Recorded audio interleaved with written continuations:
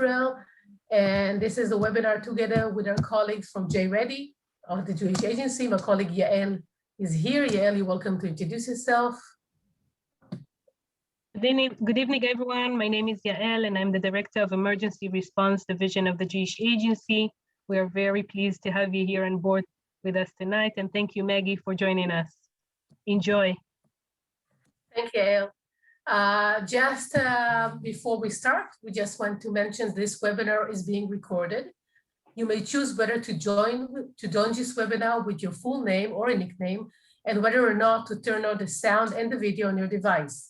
If you join the webinar with your name or the sound of the video turned on, those will be accessible to our subscriber who may view a recording of this webinar.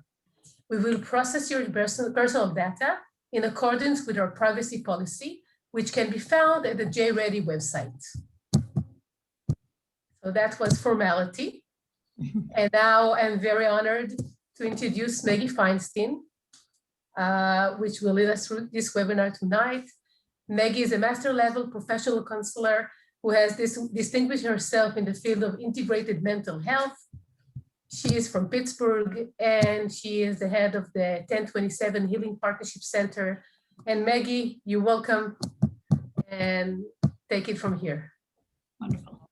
Thank you so much. Thank you to Yael and Mayrav and Yael, and to all the team really who put together JReady. I am inspired to hear so much about the efforts of people working together for community response in any kind of crises and how we can lean on each other better. And I was also really inspired to hear about the Twinning Network and that the schools from all over the country who want to reach out to keep building competency and to work more collaboratively. So thanks for joining us. I am in Pittsburgh, Pennsylvania, like Mayrav said, and so it's just afternoon for us, but evening, probably even late evening for some people. So in the chat, just so people are kind of familiar with it, in the chat, you can, I think, chat to all attendees. I would love to just get in the chat, if you don't mind, throwing in where you're joining us from.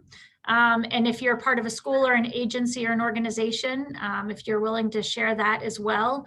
You know, my preference is usually things that are where we can actually talk to each other face to face, but in this crazy time, you know, even just knowing where we're from and who's on the call with us. So please feel free to throw it in the chat. And I think it would be nice to see where everyone else is from too. So, I'll get started. The talk that we're gonna have today is intended to really build on some of the learnings that we had here in Pittsburgh following the shooting at the Tree of Life Synagogue, and some of the opportunities we've had to grow. Preferences usually things that are where we can actually talk to each other. And in Pittsburgh following the shooting at the Tree of Life Synagogue, and some of the opportunities we've had to grow. Preferences usually things that are where we can actually. I think you hear yourself on Facebook at the same time. Yes, I was hearing that. Yeah. So I figured we would pause to let it catch up so that we didn't have the delay. Yeah, so I think that this is on Facebook Live as well. So there was a little bit of an echo there. But what part of the community of resiliency and recovery after a mass violence event here in the United States means that we work together, we talk to each other, we learn a little bit about communal trauma when it happens and how we also can work on recovery.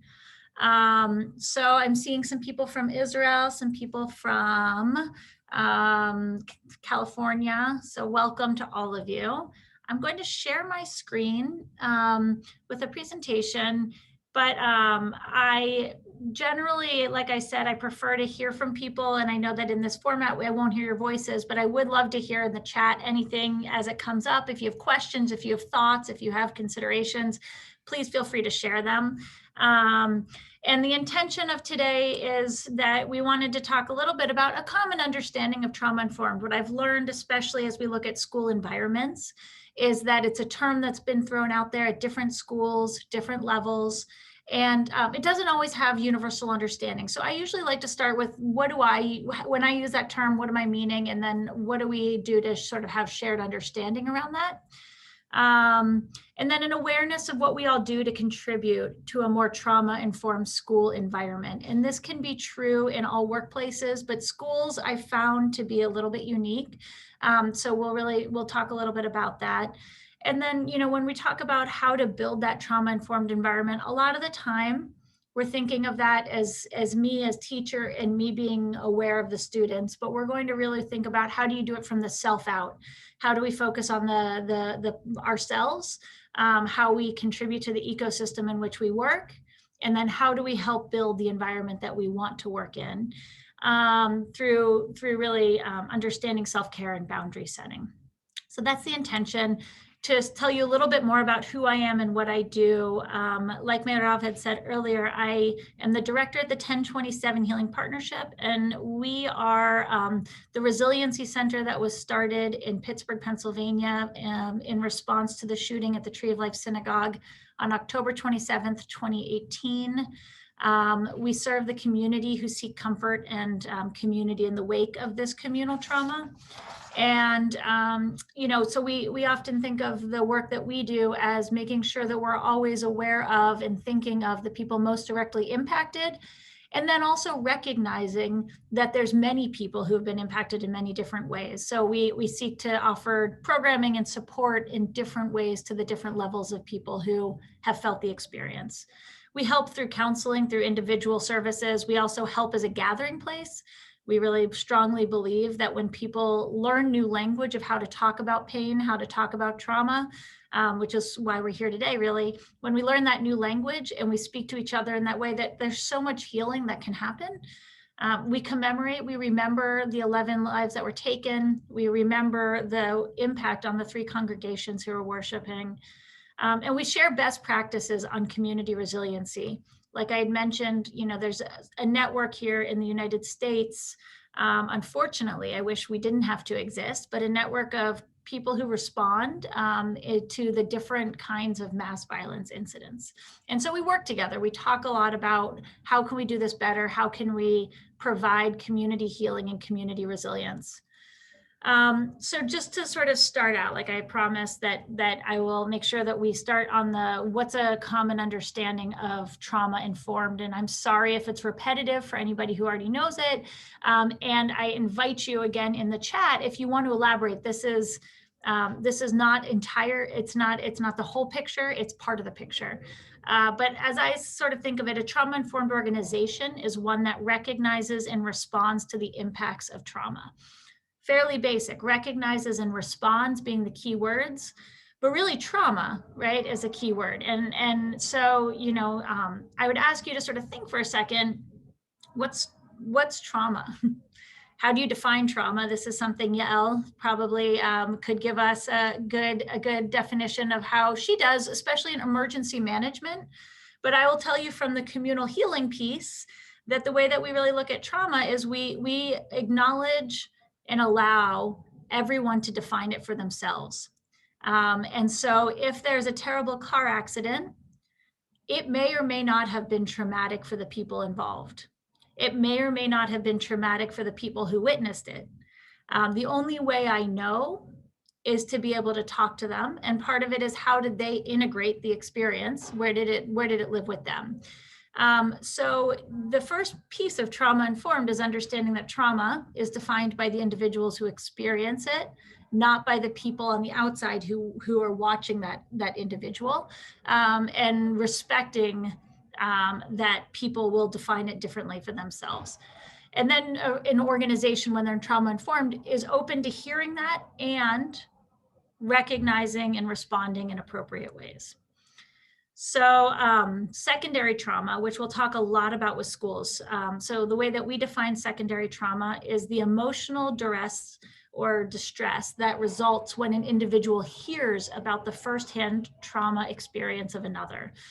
So I've done a lot of work in hospitals and also in jails. And in both of those places, I would hear really horrible stories. I would hear detailed horrible stories. And so the secondary trauma is that after having heard them, I would take some of those home, right? I would have trouble. I would start to have some traumatic response myself, even though I didn't experience it directly. And we talk about it a lot in school. We'll come back to secondary trauma, especially in schools, but any of you who are either administrators or teachers, you know, that so often we're asked to hold space, we're asked to hold the container for families or communities in distress. And so secondary trauma is something that we'll talk a lot about, and it can really wear away at the ability of a school to stay responsive to the individual's needs. And then finally, vicarious trauma. And vicarious trauma comes from the feeling that something similar could have happened to you. And so vicarious trauma for our environment in Pittsburgh, when we experienced the shooting at the synagogue, would be thought of as somebody who was at synagogue that morning in the neighborhood where they heard the sirens, but they were safe where they were. The experience of vicarious trauma is often the times that it feels like a near miss. And that is where people start to experience vicarious. And I think secondary trauma and vicarious trauma can sometimes be confused, and it is important because the effects of them are felt differently. And so I do like to kind of distinguish that.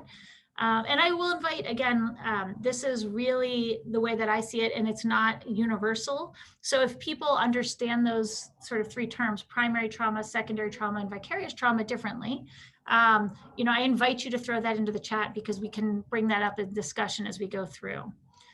Oh, sorry, that last piece about vicarious trauma.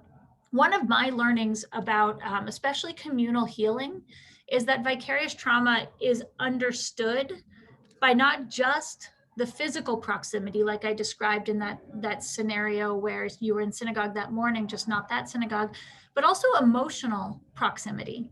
And so what we found here, for example, is that people who had been married at the synagogue the week before, people who had an emotional tie to the location where a traumatic event happened, also experienced some, again, not everyone, but some experience a traumatic response because of that emotional proximity. And I think that's an interesting and important piece to kind of keep in our minds. Right, so some of the common reactions for primary trauma, and this might be familiar, right? Reliving, re-experiencing, avoiding reminders. So even when, you know, driving in totally different directions or trying to not be around people who even closely remind us, nightmares, fog, that is just a very tip of the iceberg. That is not all of the different ways that people might experience primary trauma, but that is really the tip of the iceberg. Secondary trauma is really often the way people react is by self-preservation. And so I'll talk a little bit more about that, but again, I want to put a little bit of a highlight on the experience of secondary trauma in schools, because I do think often when that's the biggest barrier to us having a trauma-informed environment. And so a lot of the time with that secondary trauma, remember, it's not that I experienced it, I heard somebody's story that I wasn't part of at all. And I can all of a sudden start to have reliving of the experience, nightmares, things that people would have with the primary trauma. And then vicarious trauma, you know, really one of the most common reactions, again, in addition to those other pieces, is that avoidance, that avoiding reminders, avoidance of things that might remind us or bring back the emotions related. And so we're talking about those things really in the environment of schools. What does that mean for a school? How do we translate this to a school?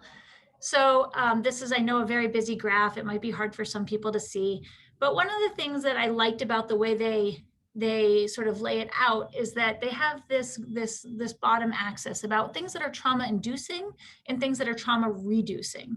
And that as an organization, we might be a responding organization, we might be a school, we might be, you know, a social service agency, but we can have the opportunity, no matter who we are, to help to reduce the impact of the traumatic event and the subsequent symptoms. But a lot of the time, we can also induce worsening. And there's been lots of studies. One of the studies that I referenced at another point, but that I think is really interesting, came out of Australia. I'm not sure if I saw in the chat if we had anybody joining us from Australia, but the Psychological Association there, the journal, did a really good study on firefighters in Australia and how The traumatic experience of firefighters in Australia really had a lot to do with the organization with which they worked, and how that, you know, they all would experience trauma through their work of going to difficult scenes. But there was a lot about the organizational structure that would make a difference in how they experience the trauma. So organizations that are trauma reactive can be inducing of trauma, fragmented, not feeling safe, overwhelmed. When the organization feels overwhelmed, when people get that experience, fear-driven, rigid, and I really want to highlight that word rigid. So not flexible, you know, this is my way or the highway. This is the way we've done business, and we're going to continue to do business no matter what is going on in the world around us. Numb. So, you know, a lot of the time that rigidity, what I just described, my way or the highway, we'll keep going and doing what we do, and pretend like the outside world isn't happening. A lot of the time there's an expectation of numb feeling, right? To numb those feelings. And then organizations that are a little bit more trauma informed, they really work actively to resist re-traumatizing. And so that a lot of times things that are re-traumatizing are having to tell our story over and over again, or being told our story is not true. So, you know, whatever our truth is, being told it's not true. Trauma-informed will recognize that sociocultural trauma. So a lot of the time when we think about the sociocultural trauma, sometimes that's marginalized peoples who have experienced repetitive vulnerability. That when we can recognize that and name it in a trauma, a lot of the time it gives more opportunity for healing. Without recognizing or naming that, sometimes it's a big barrier for healing. Recognizes the effects of trauma and then responds by shifting practice. And that really goes to the counter of that rigid. And when I'm talking about schools, I really don't think being a healing organization is the aspiration. It's really around how do we think about that trauma reactive and that trauma informed. And I think to know that trauma reactive is actually normal for an organization. It is our first response. Our first thinking is, let's just get our doors open. Let's keep going. Let's try to do what we meant to do, what was already on the agenda. And it is a challenge because we have to sort of counter that. So trauma reactive, right? Replacing one of the big pieces of being trauma informed is replacing why are you doing that with what happened to you. That's sort of oftentimes the thing we think of for everybody who works in a classroom, when a child's acting up, instead of why are you doing that? What happened, right? What happened that might cause this behavior? And it gives people the opportunity to know that we're not just blaming or we're not just dismayed by the behavior, but we're curious about what's going on with them. But so that is one of the key thinking shifts. And it's not always that question exactly. It's more about reframing that reaction to people's behavior as being something that's always disruptive or getting in the way of my agenda, to I wonder what their needs might be, or I wonder how we can better meet them right now. And we know we're reactive when there's not time or space to be curious. That's sort of, and I think of that a lot with organizations. We want fix-it mode, right? How do we just fix the problem?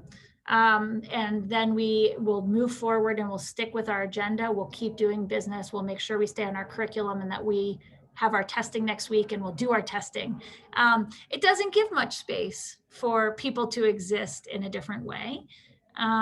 So we know we're in that reactive mode if there's not much curiosity about people and their experience. And then without intention or attention, school systems will be trauma reactive. I already said that. And it's not just school systems, really, it's organizations. And then the urge is to not allow space for them to grow within the school environment. We'll talk a little bit about what growth is. So kind of to build on that, in the United States here, we have the National Child Traumatic Stress Network, and they've given basic elements of what a trauma-informed school is. And there, again, this is not this is not meant to be exhaustive, that there can be other ways that people define it, but some of the things that they put into the big picture that we should be thinking about is being culturally responsive. Again, that addresses that piece that are what we're doing, does it fit in with what the home culture is? Does it fit in with the culture of our school? And then integrating emergency management and crisis response. So this, in the United States, we've had a lot more, we used to have fire drills, now we have lockdown drills. So the question is, those are a lot of the emergency management. How have we also put into play the crisis response of languaging, of understanding individuals' needs, people with disabilities, people with different abilities? How do we put into play understanding that with that emergency management, we also have to have some crisis response that is aware of the people who make up the individuals, understanding and addressing staff self-care and secondary traumatic stress. Like I said earlier, that this is a key element to a trauma-informed school, is understanding how secondary traumatic stress can impact the school environment. Evaluating and revising school discipline policies and practices, that's pretty specific to different schools, so I usually leave that one alone. And then collaborating across systems and establishing community partnerships. And so, today really this idea that understanding and addressing staff self-care and secondary traumatic stress is a key component if we're hoping to build more trauma-informed schools. And I think sometimes gets left behind in the conversation of what does it mean to be trauma-informed. And even though we're not able to do it because we are a broader audience with more reach, I think that the collaborating across systems and establishing community partnerships is also something that is so important, that we need to know who to lean on. We need to know how to bring in other experts, how to invite them in.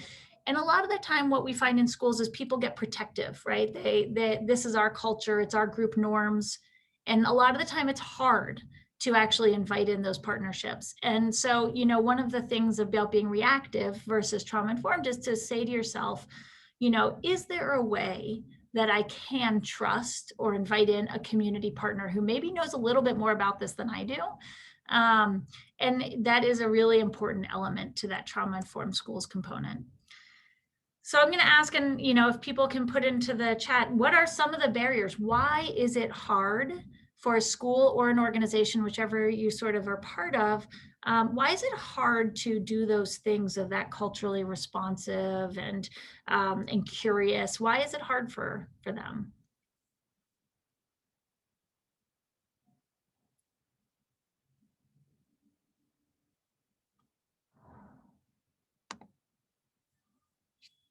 Trying to pull up the chat, but it's not working.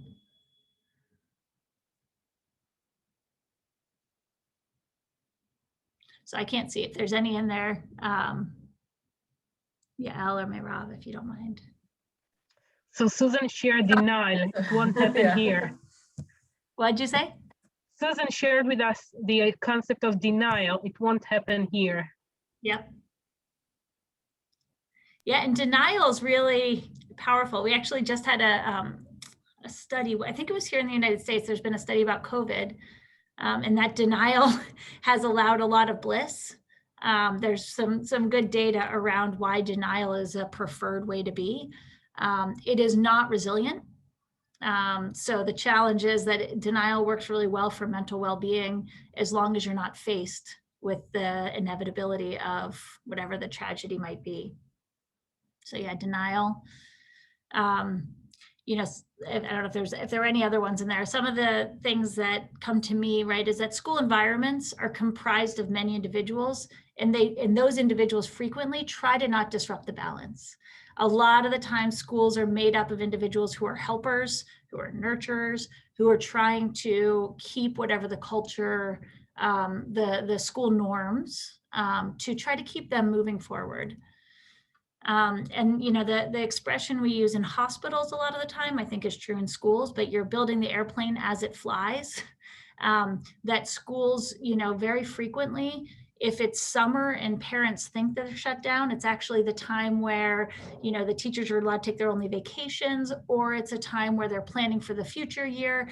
the rigid sort of cycle of the year, when testing happens, when the kids come back, when recruitment happens, when they have to plan for their next thing, means that very, very frequently schools have the feeling that there isn't a time to hit pause, to reevaluate, to say, what can we do to change this? How do we? And so instead, you make small incremental changes that sometimes don't feel that satisfying, or don't feel as though you can say, let's make sure we have a trauma-informed approach. The parents and families make their school choices because of things that are predictable. So if you make any big changes at a school, a lot of the time it disrupts also why people are there. And you have a family who has children across lots of school ages. A lot of times they're not that tolerant of changes. If you say, you know, we're going to change our discipline practices, well, it works so well for my other kids, you know, I don't really want to see that change. There's a sense that, you know, a lot of the time, the parents and the families are also resistant to change in that way. And then, you know, most importantly, burnout and exhaustion. So with that list, is there anything else in that people would think of that is not included in there? Denial wasn't on there, so thank you to the person who thought of that.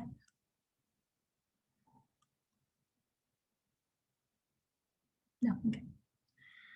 All right, so, you know, then there's the question of, so what, right? Why do we talk about it? And I think that, you know, most importantly is just that the only way that we can have sustainability throughout this trauma that we're all going through right now, of the pandemic and everything else, as well as the traumas that existed before and might exist after, you know, if we want to be able to have continuity of our staff, if we want to be able to have a place where we can thrive as both the people working there as well as the families and the children who are part of the environment, we need to start thinking about this now. We need to make sure it's part of our dialogue and our rhetoric. We need to consider where we can make those changes. You know, here in the United States, the American Psychological Association in 2017 said the leading causes of stress were the workplace, money, and the nation. So the nation was the most stressful, money, and then workplace. But that was in 2017. So I say to people, right, think right now about how your workplace stress has changed. That was baseline. That was normal. That was when life was as it was. That was before we did what I call the pivot dance, right? Of constantly, you know, how do I find my kids? How do I get their needs met? How do I make sure that I'm doing all these things, both my children in my home, as well as the children I serve in my school? That the workplace stress has only increased dramatically. So if we're going to sort of think about that, the children will be coming back to school or have come back to school with new levels of stress, the parents have new levels of stress, and the teachers and the administrators have new levels of stress. So we need to talk about it. And the piece that sort of, I'm going to skip that last one, the radical self-care. So, you know, in school environments, I call the word radical. Radical, you know, I think of as self-care is often thrown out there. You should take care of yourself. Take care of yourself. Radical is I will, I need to. It's sort of that wake up siren, like let's hear it. And radical self-care is the belief that you have the responsibility to take care of yourself first before attempting to take care of others, right? You can't pour from an empty cup or put on your mask before somebody else's. You know, from the airplane analogy, people use a lot of different ways to talk about what radical self-care looks like. And I want to acknowledge, and we'll talk a little bit about this, but this depends so much on the cultural context we exist in, and culture being, you know, our religion, our national culture, our school culture. So when we talk about radical self-care, I like the word radical because wherever you started, it's just taking another little step, right? It doesn't mean that everyone has to make the same step. It doesn't mean we have to get to the same place. It's really around that intentionality and that awareness there. So in sort of the helping professions, right, that radical self-care, when the job you've signed up for is to show up for other people all the time, is really hard. I didn't include it, but we have a video that we watched that they did of all the teachers in 2020. Google named Teachers of the Year and then did an interview with all of the teachers of the year from every state on what they do for self-care. And all of them, when asked, first laughed. They thought that was funny. They thought it was a joke. And then they all say, well, I guess I should be better at that, right? This is a really typical response to the question of self-care. But radical really means micro. It doesn't mean that we have to, have a whole day where we shut down and we don't talk to anybody. But we have to find ways in the world we're existing in, especially in this pandemic world, for radical self-care. And a lot of it has to do with how I perceive my stress level, how I perceive the stressors in my life. And so one of the things with radical that I thought one of the teachers said really beautifully was that for him, the way he's chosen self-care is he actually chooses to find every day something that a student taught him that he's grateful for. Because no matter what, he's engaging with students. Sometimes that can feel exhausting, but part of his self-care regimen is actually to reflect on his day of engaging with the students and think of something that someone taught him and something that surprised him. And so, I point that out as like, wow, that's really pretty small. Because he already went about his day. He already engaged with all those people. What is it that sort of makes him notice or make that choice? And then, I think the one piece also is just that self-care has to be that intention. So I was mentioning, and it's cited on this slide, that study out of the Australian Journal of Psychology, of predicting traumatic growth and post-traumatic stress in firefighters. But one of the things that they found in that, in addition to the organization in which people work being very predictive about the traumatic experience that they may have from responding to difficult situations, was that relationships and self-care have been found to be the key factors in healthy growth after trauma. So again, we're really jumping off from the communal trauma of the pandemic and all that we've been asked to do to change our lives, to change, in addition to maybe the loss of life, but also the sort of the baseline communal trauma, which is we've been asked to make this giant shift. Relationships and self-care still are really difficult, right? We've been asked to socially distance. We've been asked not to go and do the things that maybe were fun for us, going traveling, going for a run, whatever it might be. But that relationships and self-care, if we know that those are the key for kind of the best healing salve when trauma exists, then we have to put our intention into finding them. And they are important because if we don't do that, that secondary trauma of the school environment, or the primary trauma of my losses from COVID, or the primary trauma or secondary trauma or vicarious trauma of the shooting, whatever it is of the traumatic experience, it bleeds out to other people.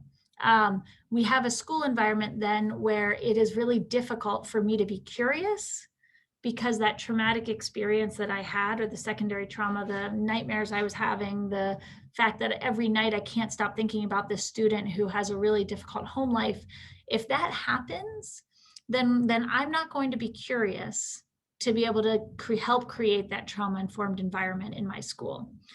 And so it's really important to set that intention of radical self-care, to make that choice. And to do that, we have to set boundaries, right? To have self-care space, you must make self-care space. It doesn't come to us, divinely. It's not all of a sudden something that just appears. It's something we choose. And there's this quote by a psychologist here in the States, but he said, people used to talk about self-care in terms of pampering yourself, doing your nails, being able to go out for time with a friend. But self-care today is more like parenting yourself. And I think that that's a really important, I liked how he put that, because parenting ourselves is all about boundaries.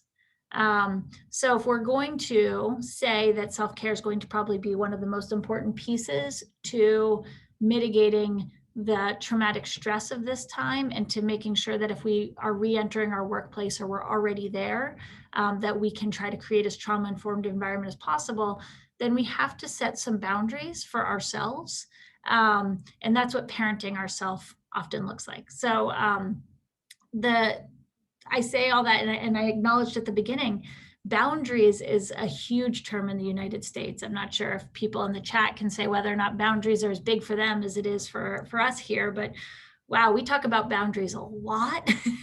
And part of it's because we're an individualistic society, right? We define our sort of self with our accomplishments and who we see ourselves as. And so for anybody who's joining us from a country that's more collectivist, that's really defined by roles in a group and how I fit within that group with roles. Boundaries are important either way.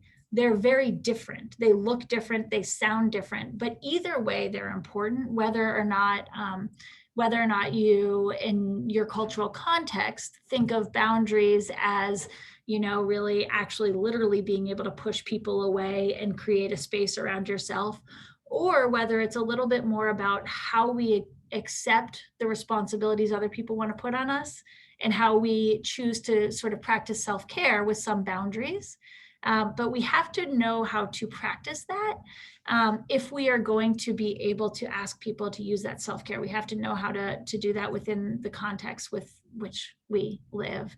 And again, if we were able to sort of chat more, I would love to hear, and you can throw it in the chat, but I would love to hear sort of whether people who are on this call identify a little bit more in that collectivist mentality or the individualistic mentality, and whether or not based on that, you know, are boundaries a thumbs up or a thumbs down, just even as a word? So I'll give you a second to throw that in there.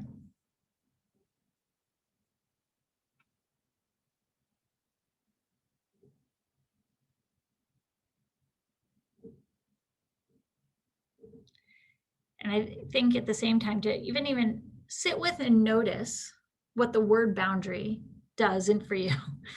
Does it cause you angst just thinking about it? Does it actually make you feel excited of thinking of all the things you want to say no to? So I don't know, again, I can't see the chat. So if anybody said anything there. So Susan shares with us again. Susan, you're the best student in the class. That boundaries, thumbs up. That's what she says. I think she's American. Okay. Yes. Yeah, so I'm going to say that, you know, whether or not your initial reaction is the thumbs up or the thumbs down, Yael gave us the thumbs down, that there is very little chance that self-care will be something you're able to practice. And if you are faced with the need for resiliency in the face of a trauma, that you have to know where and how boundaries are possible for some self-care. So even if it's naturally going to be difficult, some of the things we'll talk about, I pulled out the words. I was curious about in different languages how self-care translates. And I would be, if any of these languages are ones that people speak, I'd be curious whether it's what you would understand as the word self-care, because I actually think care for self and self-care, you know, doesn't always reflect what we're intending. So if anybody sees within their language the word and thinks that doesn't make any sense, but I did pull that out because I was curious, and someday I want to do a study on that. If anybody's in with me on that, I think I got Yael on that with me. So boundary settings, right? Why is it so hard? So they fail in our fear of failing others. So boundaries mostly give us angst. If anybody hears the word boundary and they think, oh, I hate that word, it's usually because you fear failing others, right? And so you don't want to do that. It doesn't feel good. Or the fear of their rejection. And so a lot of times, right, we set a boundary. We say, I will not eat that chocolate that's staring at me right now from across the room, right? I will not. I set that boundary. And then 5 minutes later, when I'm eating that chocolate, what does that tell me about boundary setting? What does that tell me about myself? So a lot of the time we think that we're setting boundaries by saying no. That's not really what boundary setting is. And I'll say this even more for those who are in the helping profession, who went into schools as teachers, as administrators, because they wanted to help, they wanted to teach, they wanted to nurture. So when somebody comes to you and says, we really need somebody who will manage this parent night tomorrow, is the answer either yes or no? And that if it's a no, are you setting a boundary for your own self-care? And what does it feel like to say no, to let them down? The parent night really needs to happen. Somebody's going to have to do it. So, so a lot of the time the thought is, well, they asked, I should probably just do it. But I do think that, I want to sort of talk about why in a school environment, it is so important to find the ability within coworkers, within students, within yourself inside, even if it doesn't come outside, to have some boundaries for your own self-preservation or self-care. And so the really important pieces to sort of think about when you're thinking about setting those boundaries are that it's not about yes or no, it's about helping to negotiate solutions that can work. So it's not me versus this chocolate. That chocolate that's sitting on my desk, it'll eventually be eaten unless I negotiate a new location for it, or I find some other solution of, half of it today, half of it tomorrow. I've eaten some of it. But it's not a yes or no prospect, because otherwise you'll always fail, right? And so the challenge is that with boundaries, we want to remember that we want to be able to find the solutions. And sometimes we might delay finding them. We might say, yes, I would like to do that tomorrow. I just can't, but I would like to do it this day, right? I offer another solution. No, I can't student teach for you today, or I can't take that child in today.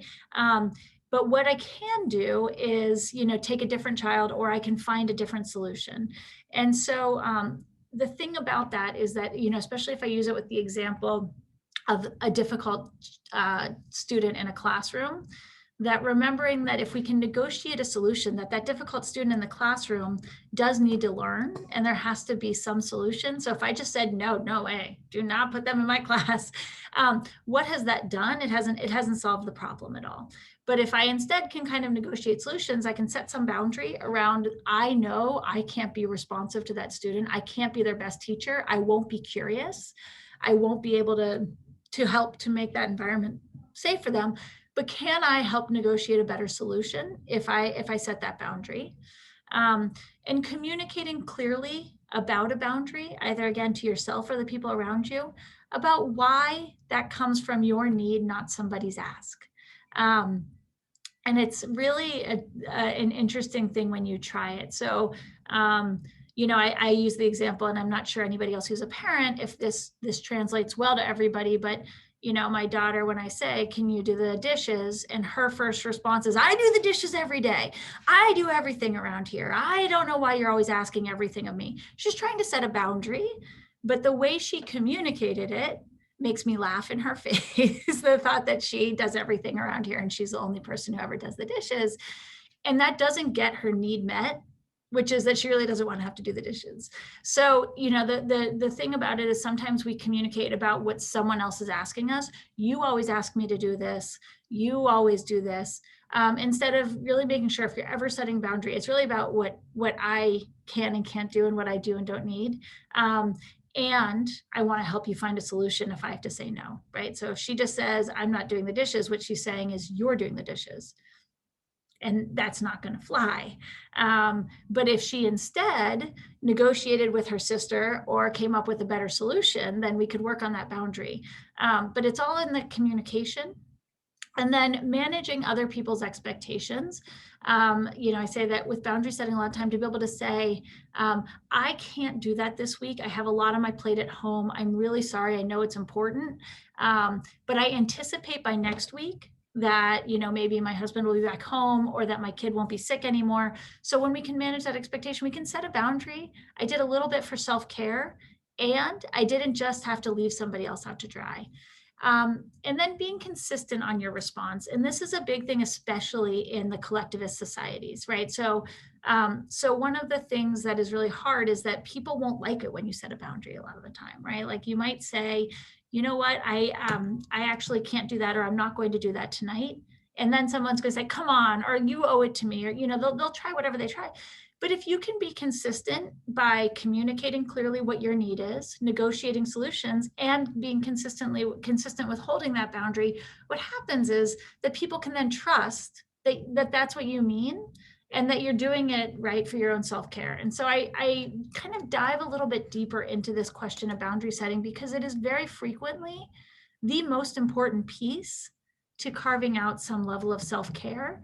And if we don't do those things, we know that we can't be curious when you're faced with ongoing stressor after stressor after stressor, or trauma after trauma after trauma. We can't stay curious. We can't stay compassionate.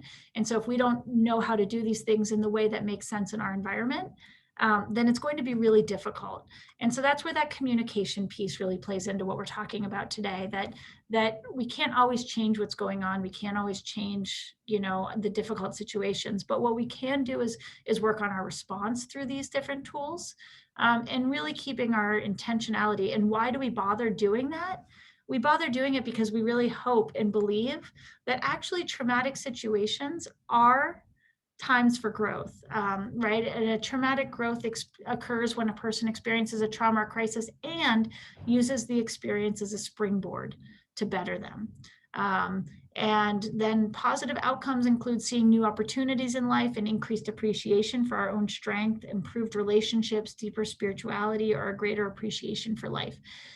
It's not Pollyanna, as we say, which is sort of a reference to an old TV character who always said, everything's wonderful and great. Traumatic growth isn't about that everything's wonderful and great. It's that we actually are challenging ourselves and we grow deeper with the muscles in these moments of trauma, that we grow new ability to see in a different way. We can grow new ability to care in a different way, to love in a new way. But that we can only do that if we are staying flexible and we are really able to see the environment that we're in and to help that environment also adapt and change. Otherwise, we dig in, we try to bury it, we shove the feelings, we end up just going through the business as usual. And a lot of the time, the result to that is that people will be more stunted, they won't feel like it's a safe environment, and they won't be more resilient in the face of a new, difficult, stressful situation or trauma. So really, that's kind of all I have to say. I don't know if people want to throw anything in chat, or if Yael and Meirav and Yael, if you guys have any thoughts or suggestions or interpretations of any of that.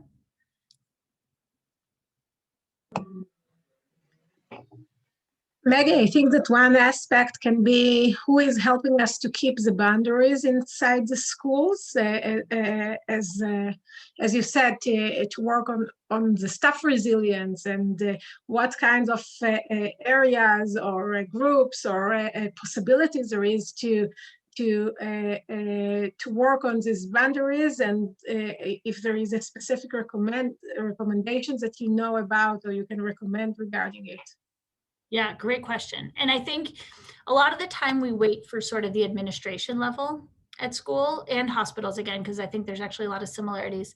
We wait for sort of them to validate or acknowledge or allow us to do it. But I think actually what I've seen in a lot of the schools is that peers, right, saying to a couple other teachers and being aware of the environment, it's not that once we set up anything where it's me against you, one teacher against another teacher, one director against a teacher against a student, any of those things mean that the greater goal of the school can't get met. So we want to know with boundaries, how do we support each other? How do we know how to hear each other's boundaries? And instead of saying, oh, Yael always does that, it's so frustrating, she never picks up the slack. To be able to approach and say, yeah, they asked me to do this thing tonight, and I really don't think I can do it, but can you help me out? Or do you think you can help me find somebody else? So a lot of the time, actually, our peers are the best. And remembering that if we're looking for the people who are on the levels above us or below us to sort of say, this is the time you can set a boundary, we're going to wait for the rest of our lives.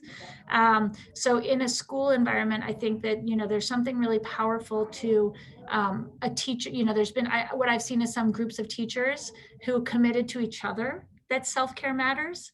And have committed to each other. Let me know. I know you have this one student who's had a terrible time and they're confessing everything to you and you're hearing all this and it must be a lot. Let me know if I can help by taking on another student, that actually it's best often with people who are sort of a peer on the same level as you. And if you're in administration, being able to do the same thing, to tag in, a middle school administrator and a lower school administrator to help set those boundaries and to help keep you when you need that? But it's a good question. Anything Thank you. else? Yeah. Meryl?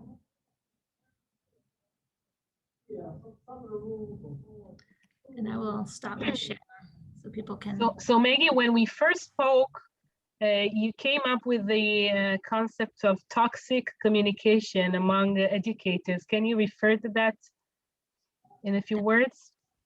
Yeah, so I mean, I think that a lot of it has to do with that burnout, right? That exhaustion is that we communicate from a place of rigidity a lot of the time, and that's toxic. It doesn't get our goals met. And so, you know, the curiosity piece, I can only say, I mean, I know I've said it a couple times, I really can't say enough that if we notice that we're only in judgment of the people around us, like a school has to keep teaching students, and there has to still be teachers, and there have to be administrators.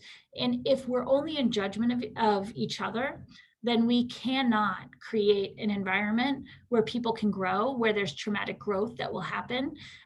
We've shut that out. And so the toxic communication is when we respond in our own rigidity or to somebody else's trauma. So, you know, again, it's that sort of, well, I'm not going to do it, I'm always doing it. Or, you know, I think the example I used when we were talking was that, you know, in our experience in the United States right now, that some of the schools are opening again. And I know some countries they've been open, some states they've been open, some are just reopening. The process of reopening after being closed for a while is a really good microscope where you can look very closely at the things that were already broken. Because what happens is everybody acts out their fear, right? I'm scared of COVID. I'm scared of going back. I'm scared that other people are going to go back. I'm scared of this. All those things are coming up to the surface. And you'll notice if you stop and sort of step back that the toxic communication of, I won't do this, I won't do that, I won't do this, instead of negotiating the solutions, instead of trying to manage people's expectations, there's either the people who say yes to everything or the people who have said no to everything. And that is toxic because it doesn't actually allow for people to set the boundaries they have to set, or to step up when they need to step up, because we're sort of scared of everything. So I think for schools who are in the process of reopening after extended closures, it's a really good time to notice it and to ask what in our culture of our school makes it so that that either the teachers or the parents feel like they don't have a say and they're sort of reactive, or that the administration is reactive. You know, how do we sort of notice that? And I think, Yael, to your point, I think also it's so important for us to realize that all relationships, and I say this as a therapist, you know, all relationships are co-created. So all dynamics are co-created. So there, you know, there's times where we want to say, oh, it's just them, right? It's just the administrator. They are just like this. It's those parents. Those parents are crazy. No, we all are part of it, right? And we all co-create it. And especially if we want a school that has the ability to grow under trauma, to be in the moment of this really difficult time, and to know that in the end, we might come out stronger if we do some of these different pieces. We have to take responsibility for which piece of the dynamic we contribute to, whoever we are, for, you know, the teacher, the parent, the administrator, the support people, you know, and I think that not putting it on the students.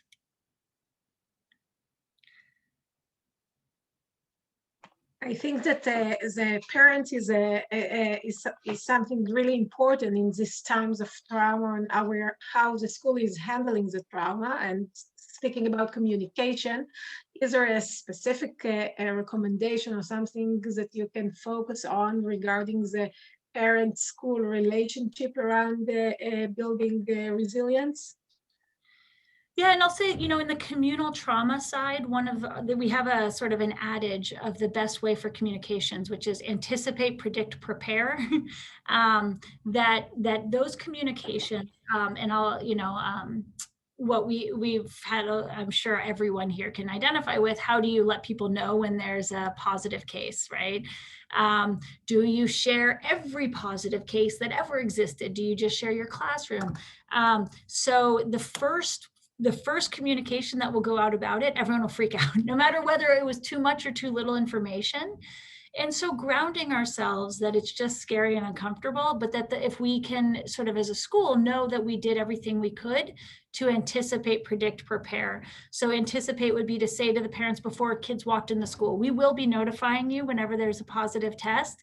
It doesn't mean you're in any direct risk. We let you know so that you can then make your decisions.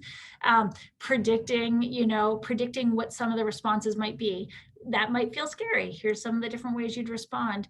And then being prepared as a school to say, when these communications go out, here's some of the ways you can respond. But I don't know of a school that's opened that didn't have this the first time they sent it out, and then, parents wanted to pull their kids. And how come we got surprised every time? And part of it was around, could the school have done a better job at that anticipate, predict, prepare for communications? For people who are doing, we find this a lot for lockdown drills at the school, for any kind of active shooter drills.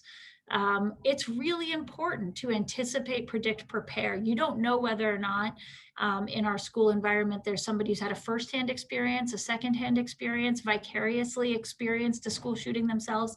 So, being able to communicate that to the families, making sure that there is some level for the teachers of awareness and knowledge. I have found that is a really big problem with trauma-informed schools, is that a lot of times the teachers will dig in pretty deep when they are not given that forewarning. And so anticipate, predict, prepare the best we can to be able to manage the expectations. We can't always control the situation, but we can try to manage those expectations. And other people might have, if anybody has another suggestion, giving them to each other as well. But that's a hard one. I think it's also working with the parents about what kind of communications will come out of the school, what they can be expecting, and having this negotiation can be very helpful in order to have a common ground about what is going to happen. Yes, absolutely. And I think, as parents, again, we can, so both as teachers, parents, administrators, we notice, right, when another parent calls me and they say, can you believe the school, they did this? I, in that moment, have a choice, right, of commiserating with them, which I might want to do, but it does affect the way that the ecosystem of the school can function and be responsive to trauma if I do commiserate. We all have to know when we're part of the problem or part of the solution, and that it is a shared responsibility. No one person in a school can handle that, or it doesn't sit on any one person. Of course. Well, that's a great bottom line, I must say, to conclude this very interesting conversation. Thank you, Maggie, so much. Thank you, Yael Katz, my colleague from the Global School Cleaning Network, and of course, my dear colleague Yael from the JReady. Thank you all for being with us. We're looking forward for many conversations like this. And if you have any ideas or topics that you want us to discuss, you're welcome to suggest. And we will try to do our best to manage that. Toda rabba, good night. Can I say one thank Maggie, you? I just want to say Sure, thank you to all the school people who are on this call for all that you're doing to pivot dance. It's so hard, and so thank you all. So thank you guys from JReady, but also thank you all the teachers. Yes, of course. Thank you all. Take care. Bye-bye.